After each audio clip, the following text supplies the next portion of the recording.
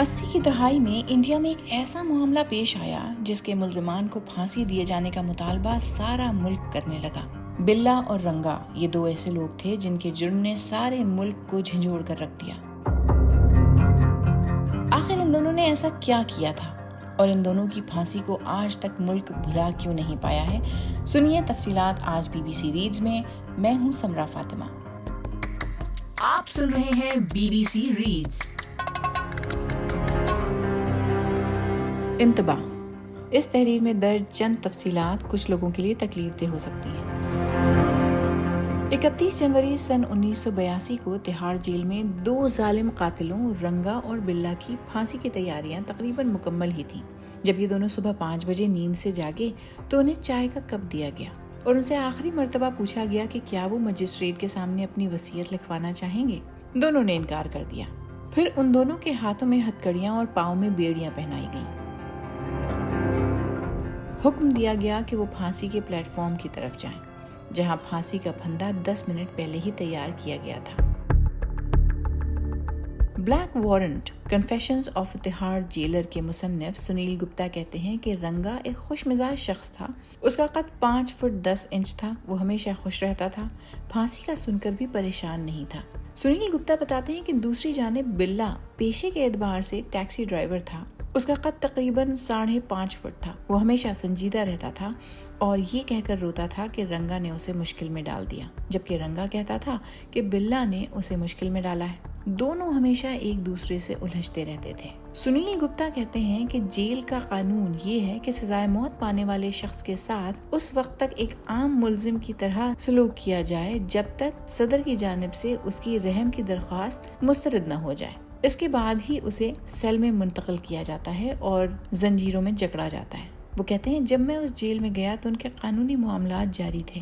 میں نے دیکھا کہ کبھی یہ دونوں بیڈمنٹن کھیلتے نظر آتے اور کبھی فٹ بال۔ آخر دونوں نے ایسا کون سا جرم کیا تھا کہ پورا ملک انہیں پھانسی کے پھندے پر جھولتا ہوا دیکھنا چاہتا تھا؟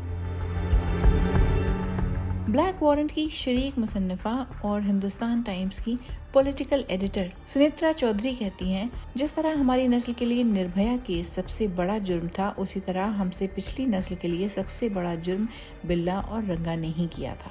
سن 1978 میں دو کم عمر نوجوان 16 سالہ گیتا چوپڑا اور ان کے 14 سالہ بھائی سنجے چوپڑا نے آل انڈیا ریڈیو جانے کے لیے ایک گاڑی میں لفٹ لی جہاں ان کا ایک شو تھا۔ بدقسمتی سے انہیں لفٹ دینے والے دو گنڈے تھے جو ممبئی سے دلی آئے تھے۔ وہ چھوٹے درجے کے مجرم تھے۔ ان کا منصوبہ تھا کہ کسی کو اغوا کر کے اس کے خاندان سے تاوان وصول کریں۔ انہوں نے ان دو نوجوانوں کو اغوا اس سوچ کے ساتھ کیا کہ ان کے والدین کے پاس بہت سا پیسہ ہوگا، لیکن سارا معاملہ ریپ اور پھر قتل تک جا پہنچا۔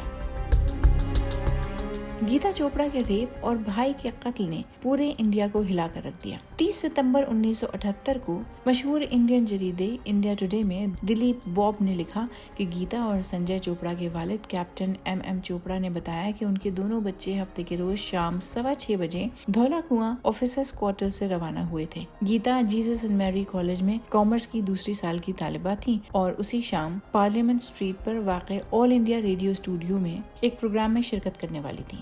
ان کے بھائی سنجے، جن کا قد تقریباً 5 فٹ 10 انچ تھا، 10ویں جماعت کے طالب علم تھے۔ باہر موسم ابر آلود تھا اور صبح سے وقفے سے بارش ہو رہی تھی۔ یہ طے پایا کہ پروگرام کے بعد کیپٹن چوپڑا آکاش وانی بھون کے دروازے سے اپنے بچوں کو لے جائیں گے۔ جب وہ رات 9 بجے وہاں پہنچے تو بچوں کا کوئی سراغ نہیں تھا۔ جب انہوں نے اندر جا کر دریافت کیا تو انہیں بتایا گیا کہ گیتا اور سنجے چوپڑا ریکارڈنگ کے لیے وہاں پہنچے ہی نہیں۔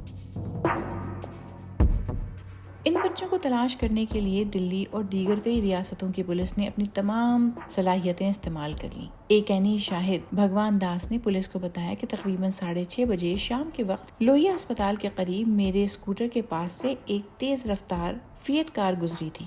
میں نے ایک لڑکی کی دبی ہوئی چیخ سنی۔ میں نے اسکوٹر کار کے قریب لے جانے کی کوشش کی۔ اگلی نشست پر 2 افراد بیٹھے تھے اور پچھلی نشست پر ایک لڑکا اور ایک لڑکی تھی۔ جب کار سگنل پر رکی تو میں نے آواز دی، بھائی کیا ہو رہا ہے؟ لڑکے نے اپنا چہرہ شیشے کے ساتھ لگا لیا اور اپنے خون میں لت پت ٹی شرٹ کی طرف اشارہ کیا۔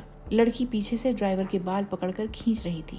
ڈرائیور ایک ہاتھ سے گاڑی چلا رہا تھا اور دوسرے ہاتھ سے بار بار لڑکی کو مار رہا تھا۔ مندر مارگ اور پارک اسٹریٹ کے چوراہے پر کار نے رفتار بڑھائی اور سگنل عبور کر گئی۔ گاڑی کا نمبر HRK 8930 تھا۔ رنگا اور بلا دونوں کو بدھا گارڈنز کی طرف لے گئے. وہاں انہوں نے ایک سنسان جگہ پر گاڑی روکی، سنجے چوپڑا کو قتل کیا اور اس کے بعد گیتا کا ریپ کیا. بعد میں رنگا نے اپنے اعتراف بیان میں کہا کہ میں لڑکی کو اس جگہ کی طرف لے جا رہا تھا جہاں اس کے بھائی کی لاش پڑی تھی. وہ میری دائیں جانب چل رہی تھی. بلا نے مجھے اشارہ کیا اور میں کچھ آگے بڑھ گیا. بلا نے اپنی تلوار سے پوری قوت کے ساتھ لڑکی کی گردن پر وار کیا. اس وار کے فوراً بعد وہ مر گئی. ہم نے اس کی لاش اٹھائی اور جھاڑیوں میں پھینک دی.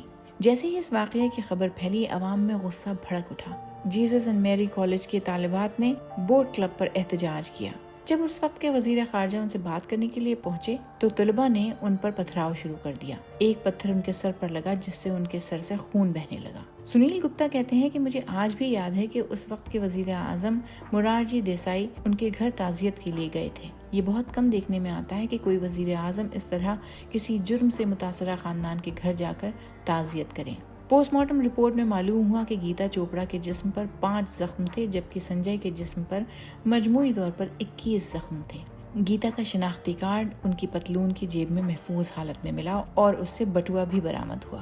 قتل اور ریپ کے واقعے کے بعد بلا اور رنگا پہلے دلی سے ممبئی اور پھر آگرہ فرار ہوئے. یہ ان کی بدقسمتی تھی کہ آگرہ سے دلی آتے ہوئے وہ کالکی میل ٹرین میں فوجی اہلکاروں کے ڈبے میں چڑھ گئے جنہوں نے دونوں کو پکڑ کر پولیس کے حوالے کر دیا. سنیترا چودھری بتاتی ہیں کہ واقعے کے فوراً بعد دونوں خوفزدہ ہو کر دوسرے شہروں کی طرف بھاگنے لگے. وہ ایک ایسی ٹرین پر سوار ہو گئے جس میں فوجی سفر کر رہے تھے. ان سے جھگڑا ہو گیا اور فوجیوں نے ان سے شناختی کارڈ مانگے. رنگا نے بلا سے کہا کہ ان کو بھرا ہوا شناختی کارڈ دے دے. اس لمحے فوجیوں کو شک ہوا کہ کچھ گڑبڑ ہے. انہوں نے دونوں کو باندھ دیا اور جب وہ دلی اسٹیشن پہنچی تو انہیں پولیس کے حوالے کر دیا. عدالت نے بلا اور رنگا کو سزائے موت سنائی جسے ہائی کورٹ اور سپریم کورٹ دونوں نے برقرار رکھا. صدر نیلم سنجیوا ریڈی نے ان کی رحم کی اپیل بھی مسترد کر دی.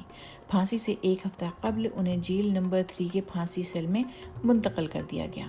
وہاں انہیں مکمل تنہائی اور تمل ناڈو اسپیشل پولیس کے اہلکاروں کی 24 گھنٹے نگرانی میں رکھا گیا. ان دونوں کو پھانسی دینے کے لیے فرید کوٹ سے فقیرہ اور میرٹھ سے کالو جلاد کو بلایا گیا. سنیترا چودھری بتاتی ہیں کہ کالو اور فقیرہ ایک طرح سے مشہور شخصیات بن چکے تھے. یہ ایک روایت سی بن گئی تھی کہ پھانسی سے قبل انہیں اولڈ منک شراب دی جاتی تھی کیونکہ یہ سمجھا جاتا تھا کہ کوئی بھی شخص یہاں تک کہ جلاد بھی ہوش میں رہ کر کسی کی جان نہیں لے سکتا. جیل مینول کے مطابق کسی کی جان لینے کے عوض جلاد کو صرف 150 روپے ادا کیے جاتے تھے جو بہت کم تھا. ان دونوں کو پھانسی دینے کے لیے بہار کی بکسر جیل سے رسی منگوائی گئی. سنیل گپتا وضاحت کرتے ہیں کہ یہ رسی بازار سے نہیں خریدی جاتی بلکہ اسے خاص طور پر بہار کی بکسر جیل میں تیار کیا جاتا ہے. اسے نرم اور لچکدار بنانے کے لیے اس پر موم یا مکھن لگایا جاتا ہے.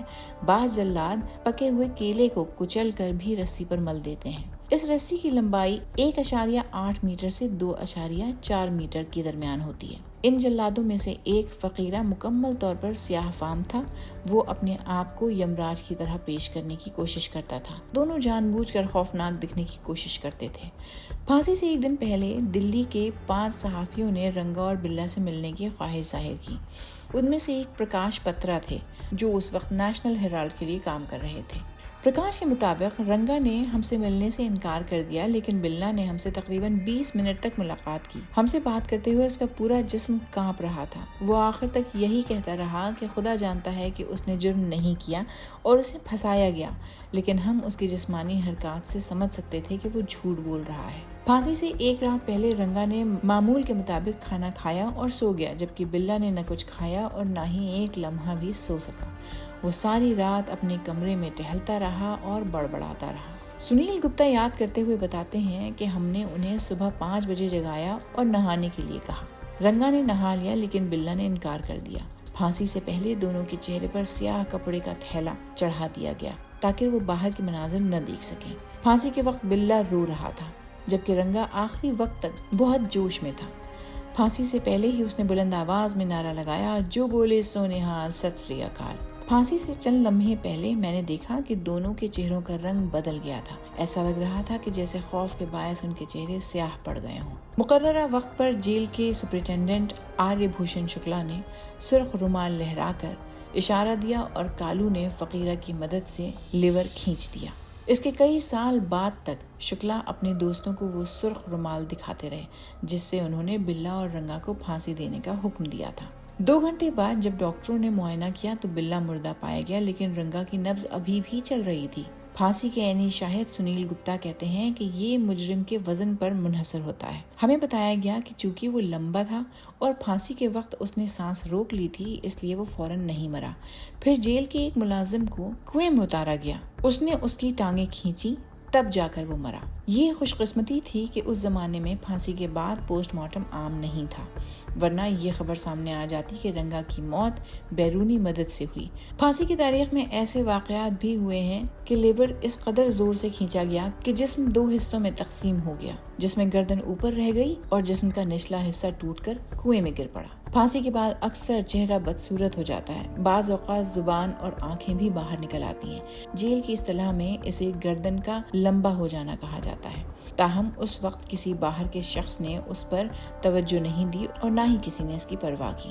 نہ بلا کے اور نہ ہی رنگا کے رشتہ داروں نے ان کی لاشیں وصول کی اور ان کی آخری رسومات جیل کے اندر ہی ادا کر دی گئیں۔ BBC reads. BBC ریڈز کے ذریعے ہماری یہی کوشش ہے کہ BBC اردو کی ویب سائٹ کی وہ سٹوریز جن میں آڈینس کی دلچسپی زیادہ نظر آتی ہے انہیں اور بھی زیادہ لوگوں تک کیوں نہ پہنچایا جائے۔ تو ہم پڑھیں اور آپ سنیے اور اپنے دوستوں اور ساتھیوں کو بھی سنائیے۔